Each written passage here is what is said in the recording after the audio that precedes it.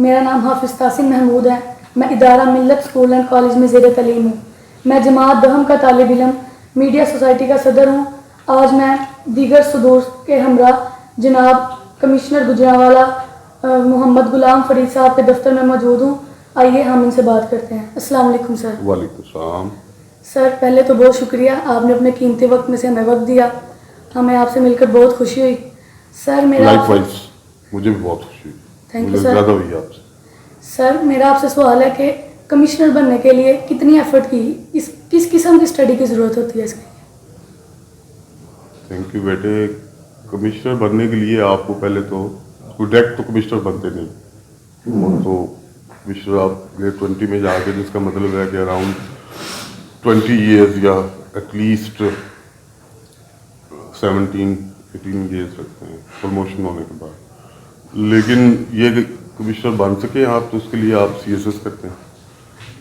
اور CSS stands for central superior services. یہ central superior services جو ہے یہ فیڈرل گورنمنٹ کا ادارہ ہے. FPSC federal public service commission, وہ ایک ایگزام کنڈکٹ کرتا ہے. مقصد یہ ہے کہ اس میں جو سول سروس جو کسی بھی ملک کی, وہ ایک طرح کی back bone, administrative back bone ہوتی ہے. بیوروکریسی جسے کہتے ہیں نا, وہ آج کل بیوروکریسی کے کونوٹیشن کوئی نیگیٹو سے ہو گئے ہیں. اردو میں ترجمہ کریں تو افسر شاہی, کوئی red tapism, delays, excessive formalism, اس کی وجہ سے ذرا تھوڑا سا نیگیٹو کونوٹیشن ہے. لیکن اوریجنلی یہ نیوٹرل ورڈ تھا. بیوروکریسی کا مطلب ہے کہ کوئی بھی ادارہ, ایون پرائیویٹ سیکٹر بھی, ایک فیکٹری بھی ہے آپ کا. فار ایگزامپل یہاں ماسٹرز ایک بڑا یونٹ ہے, تو اس کے اندر بھی ایک طرح کی بیوروکریسی ہوگی. وہاں بھی مینیجر ہوگا, وہاں کوئی CEO ہوگا, اس کے نیچے کوئی مینیجریل اسٹاف ہوگا, اس کے نیچے کام کرنے والے ہوں گے, کچھ ٹیکنیکل لوگ ہوں گے, کچھ جنرل ایڈمنسٹریشن کے لوگ ہوں گے. تو وہاں بھی اپنی طرح کی فائل موو کرتی ہوگی. کسی کو چھٹی چاہیے ایک امپلائی کو, تو وہ اپنے سینئر سے کہتا ہوگا. اگر زیادہ چھٹی چاہیے تو وہ مزید سینئر سے پوچھتا ہوگا. تو کہنے کا مطلب ہے کہ وہ بیوروکریسی وہ پرائیویٹ آرگنائزیشنز میں بھی ہے. اور ابھی ہم نے ایک بات کی ہے, اب دنیا میں آپ دیکھیں نا فرمز کتنی بڑی ہیں.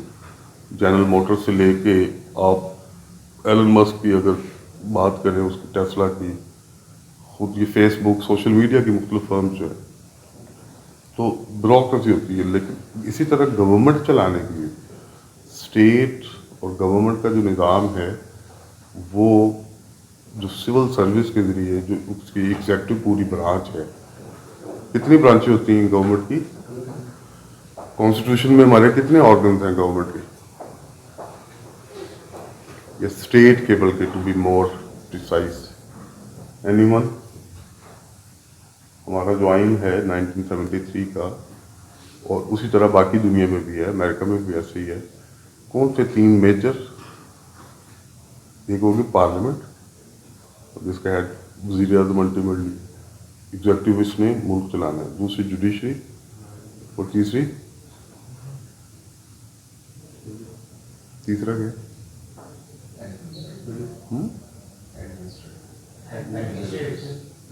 وہ ایگزیکٹو ہوگی نا, ایگزیکٹو کا پارٹ. آپ کا لیجسلیٹر, پارلیمنٹ جو ہے, قانون سازی جن کا کام ہے. عوام کی ول سے وہ جاتے ہیں, عوام ان کو منتخب کرتے ہیں, اور ان کا کام ہے جا کے اسمبلیوں میں بیٹھنا اور لوگوں پالیسی میکنگ کرنا, جو الٹیمیٹلی لاز کی شکل میں آپ کے سامنے آتی ہے. تو نمبر 1 لیجسلیچر, دوسرا ایگزیکٹو, کہ اگر لا بنا دیے تو اس کو امپلیمنٹ کس نے کرانا ہے, اور تیسرا جوڈیشری انڈیپینڈنٹ.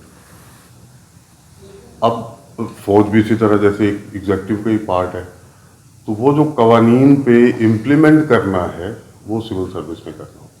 تو بیسیکلی ہم پالیسی میکر نہیں, ہم کیا ہیں؟ امپلیمنٹ کرنے والے. پالیسی میکنگ میں ہماری ان پٹ آ سکتی ہے کہ میں یہاں کام کرتا ہوں, تو میں ان کو کہوں کہ جی ایسے نہیں, ایسے کر لیں. اگر وہ سمجھیں تو وہ اس کو انکارپوریٹ کر لیں. اور اسی طرح فیڈرل لیول پہ جا کے سینئر اسکیلز پہ آپ کی پالیسی میکنگ میں ان پٹ آ جاتی ہے. لیکن الٹیمیٹلی پالیسی بناتا ہے لیجسلیٹر, آئین کے تحت الیکٹڈ ریپرزینٹیٹیو جو ہمارے ہیں وہ بناتے ہیں. اب یہ ہے سول سروس. اب سول سروس آج کل بڑی اسپیشلائزڈ ہوگی. پری کلونیل دور میں یہی جس کو آج کل ہم پیس کہتے ہیں, پاکستان ایڈمنسٹریٹو سروس, اس سے پہلے اس کا نام ڈسٹرکٹ مینجمنٹ گروپ بھی تھا, اس سے پہلے پاکستان بننے کے بعد اس کا نام CSP بھی تھا, سول سروس آف پاکستان. اور ان سب کا جو مدر آرگنائزیشن ہے وہ انڈین سول سروس تھی, ICS, پری پارٹیشن دور, جو کہ انگریز نے جو یہاں رول کر رہے تھے انہوں نے وہ بیوروکریسی یا سول سروس کا جو اسٹرکچر بنایا تھا. تو اب جب وہ ختم ہو گیا تو انڈیا نے اپنی ICS, Indian civil service, Pakistan میں جیسے ابھی پیس, لیکن CSS میں صرف پاکستان ایڈمنسٹریٹو سروس میں, جیسے میں کہہ رہا تھا کہ اب اسپیشلائزیشن ہوگی نا. پہلے ہمارا جو لینڈ ریونیو تھا اسی سے اسٹیٹ چلتی تھی, اب FBR بھی ایک محکمہ ہے, کسٹمز, انکم ٹیکس وہ بھی گروپس ہیں, ریلویز ہے, آپ کا انفارمیشن ہے, آڈیٹڈ اکاؤنٹس ایک بڑا اسپیشلائز فنکشن ہے, آڈیٹنگ اینڈ اکاؤنٹنگ. پولیس آپ کو پتہ ہے ایک بڑی اہم ہے لا اینڈ آرڈر مینٹین کرنے کے لیے. Foreign service. تو یہ کوئی 10-12 گروپ ہیں جو کہ ملا کے CSS کے ایگزام کے تھرو آتے ہیں. آپ ریٹرن کرتے ہو, اس میں پھر آپ کو وہ چوائس دیتے ہیں کہ جی آپ نے کون سا گروپ اوپر رکھنا ہے. پہلی پارٹی آپ کی ہے, جیسے آپ کسی اسکول میں داخلہ لو, کالج میں, تو آپ کو جی میں سائنس, اس کے بعد یہ کمبینیشن, اس کے بعد یہ کمبینیشن, تو جس کا جو میرٹ ہوگا اس کو پہلی چوائس مل جائے گی. تو اس طرح پاکستان ایڈمنسٹریٹو سروس جنہوں نے رکھی ہوتی ہے اور وہ میرٹ پہ بھی آ جائے تو وہ آغاز ہوتا ہے اسسٹنٹ کمشنر سے تحصیل لیول.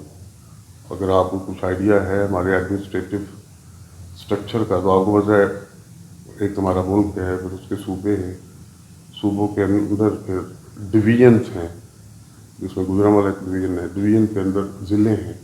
کتنے ہمارے ٹوٹل ڈسٹرکٹس؟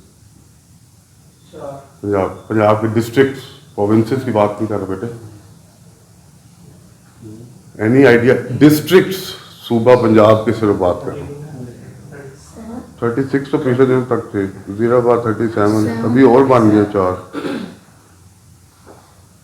تحصیل کو اپ گریڈ کرا بھی ریسنٹلی, ابھی پچھلے مہینے کی بات ہے, کچھ کافی سارے ضلع بنے. مری تحصیل تھی راولپنڈی ڈسٹرکٹ کی, وہ ضلع بن گیا ہے. تونسا تحصیل تھی DG ہاں ڈسٹرکٹ کی, وہ بن گیا. کوٹ ادو مظفر گڑھ کی ایک تحصیل تھی, وہ ڈسٹرکٹ بن گیا. تلا گنج چکوال کی ایک تحصیل تھی, وہ بھی ڈسٹرکٹ بن گیا. تو ڈسٹرکٹ, اور ڈسٹرکٹ کے نیچے پھر اندر سب ڈویژنز ہوتے ہیں. سب ڈویژن اس کو تحصیل بھی کہہ رہے تھے. تو وہ انٹری لیول ہوتا ہے اسسٹنٹ کمشنر, وہ پروموٹ ہو کے پھر 17 میں آتے ہیں. اسکیلس جو ہے ہمارے یہ گریڈس, 18 میں پروموٹ ہو کے وہ پھر DC بھی لگ سکتے ہیں ڈسٹرکٹ کے ہیڈ 18-19 میں. اور جب آپ 20 میں جاتے ہو تو پھر آپ ایلیجیبل ہو جاتے ہو کہ آپ پروونشل سیکرٹری بنو اگر صوبے میں ہیں. اگر فیلڈ میں آپ کرتے ہو کام تو ڈویژن کے کمشنر بھی لگ سکتے ہو. تو یہ تھوڑا سا تفصیلی سا جواب ہے. میں نے کہا آپ ایک فارمیلٹی میں سوال کا جواب سن کے تو نہ جائے تو چلو 2-4 چیزیں آپ کے علم میں بھی آ جائیں اس بارے میں. Thank you sir. میرا کوشچن آپ سے یہ ہے کہ ایک کمشنر کے کیا اختیارات ہوتے ہیں اور آپ انتظامی امور کیسے سر انجام دیتے ہیں؟ کمشنر, ابھی بات ہو رہی تھی ایک ڈویژن کا انتظامی ایڈمنسٹریٹو ہیڈ ہے, انتظامی سربراہ کہہ لیں. اب ڈسٹرکٹ کا ہیڈ ہے ڈپٹی کمشنر, وہ رسپانسبل ہے, وہ ضلع کا ہیڈ ہے. اب ایک ڈویژن میں, جیسے ابھی یہ سب سے بڑا ڈویژن تھا, 1.5 مہینہ پہلے یہاں کتنے ڈسٹرکٹ تھے گجرانوالہ ڈویژن میں؟ 6. خود گجرانوالہ ڈسٹرکٹ بھی ہے اور ڈویژنل ہیڈ کوارٹر بھی ہے. تو گجرانوالہ ڈسٹرکٹ حافظ آباد, منڈی بہاؤدین, گجرات, سیالکوٹ, ناروال. اب گورنمنٹ نے اس کے 2 ڈویژن کر دیے. اب گجرات, منڈی بہاؤدین, حافظ آباد ایک ہو گیا, بلکہ ابھی تو وزیر آباد تحصیل کو اپ گریڈ کر کے ڈسٹرکٹ بنا دیا گیا اور وہ بھی گجرات ڈویژن میں دے دیا. ابھی جہاں ہم بیٹھے ہیں گجرانوالہ ڈویژن میں 3 ڈسٹرکٹ ہیں, گجرانوالہ, ناروال اور سیالکوٹ. اب اس میں DCs ضلعوں میں کام کر رہے ہیں. ہمارا لینڈ ریونیو ایکٹ ہے ایک, جس میں کمشنر کا لفظ استعمال ہوا ہے کہ کمشنر کا کام. اب سب سے بڑا کام تو ہمارا یہ ہے کہ ہم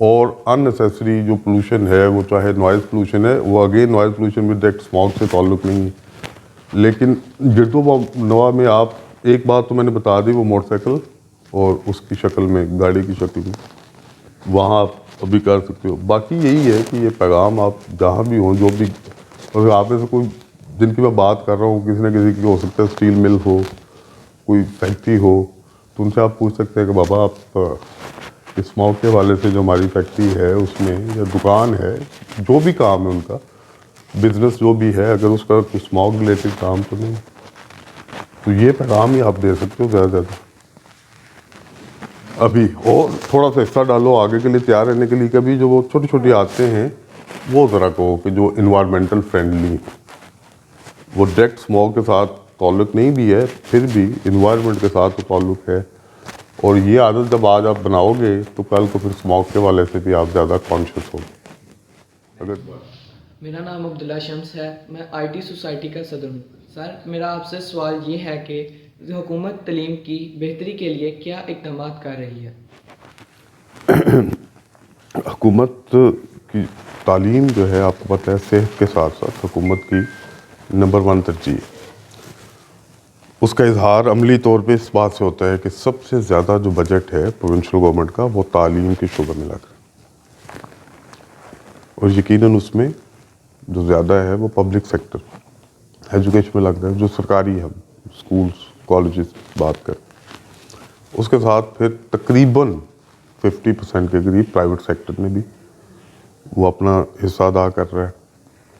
پرائیویٹ سیکٹر کو پھر اگین سرکار، گورنمنٹ ریگولیٹ کرتی ہے، اس کو فیسیلیٹیٹ کرتی ہے کہ وہ بھی اپنا رول ادا کریں۔ جیسے آپ لوگ پرائیویٹ سیکٹر کے اسٹوڈنٹ ہو، پرائمری مڈل اسکول بھی ہیں، پھر ہائی اسکول ہیں، اور بعض ہائر سیکنڈری بھی ہیں جو انٹر کے لیول ہوتے ہیں، جہاں سے آپ ایف ایس سی یا انٹرمیڈیٹ کر لیتے ہیں، ایف اے کر لیتے ہیں۔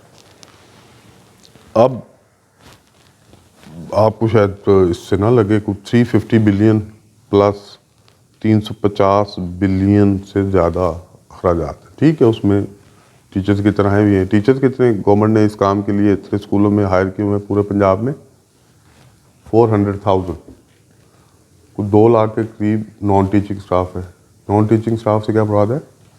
جو ٹیچنگ نہیں کرتا، ہاں، کلرکس بھی ہیں، وہ administrator, managers, a E Os, D D Os, office superintendent, office senior clerk, junior clerk, assistants, I T کے لوگ جو دفتر میں بیٹھ کے کرتے ہیں، اور باقی جیسے انہوں نے کہا نائب کاسٹ چوکی دار، سارے ملا کے۔ تو اب اتنا بڑا کوئی ادارہ اور نہیں ہے۔ دس ایجوکیشن پنجاب کی جو ہے education department is next only to Pakistan army in size, مطلب پاکستان آرمی جو فیڈرل ادارہ ہے، اس کے بعد دوسرا بڑا ادارہ پنجاب گورنمنٹ کا اسکول ایجوکیشن ہے۔ ابھی میں صرف میرا نام عبدالحنان ہے، میں اسپورٹس سوسائٹی کا صدر ہوں۔ میرا آپ سے سوال یہ ہے کہ گوجرانوالہ میں طالب علموں کے لیے کھیلوں کی سہولیات بہت کم ہیں۔ آپ اپنے دور میں اس سلسلے میں کوئی نئے اقدامات کر رہے ہیں کیا؟ آپ کے سوال کا جواب یہ ہے کہ جو سہولیات ہیں، پہلے تو ہم اس کو 100% یوٹیلائز کر لیں، جو نہیں ہو پاتا۔ اس کی بھی کئی وجوہات ہیں، کہیں آپ نے گراؤنڈ تو بنا دی لیکن اس کے علاوہ بھی خرچہ ہوتا ہے، کہیں اس کی کمی ہے، کہیں دلچسپی کی کمی ہے، اسکولز والے اس کو اتنی توجہ نہیں دے رہے، کیونکہ ہمارا تعلیمی نظام زیادہ ایکڈیمکس کی طرف ٹلٹ کر گیا ہے کہ رزلٹ کی امتحان آگے آ گیا تو داخلہ لینا ہے آگے، تو پھر نمبر، ایک نمبر میٹر کرتا ہے، تو لوگ سمجھتے ہیں کہ اسپورٹس میں شاید وقت ضائع ہوتا ہے۔ دیٹ از ویری انفارچونیٹ، لیکن ایسے ہو گیا ہے۔ تو اصل چیلنج یہ ہے کہ آپ کے پاس جو فیسلٹیز موجود ہیں ان کو استعمال کرنا، اس کے لیے ہم کوشش کر رہے ہیں۔ ریسنٹلی آپ نے دیکھا، good luck, all the best.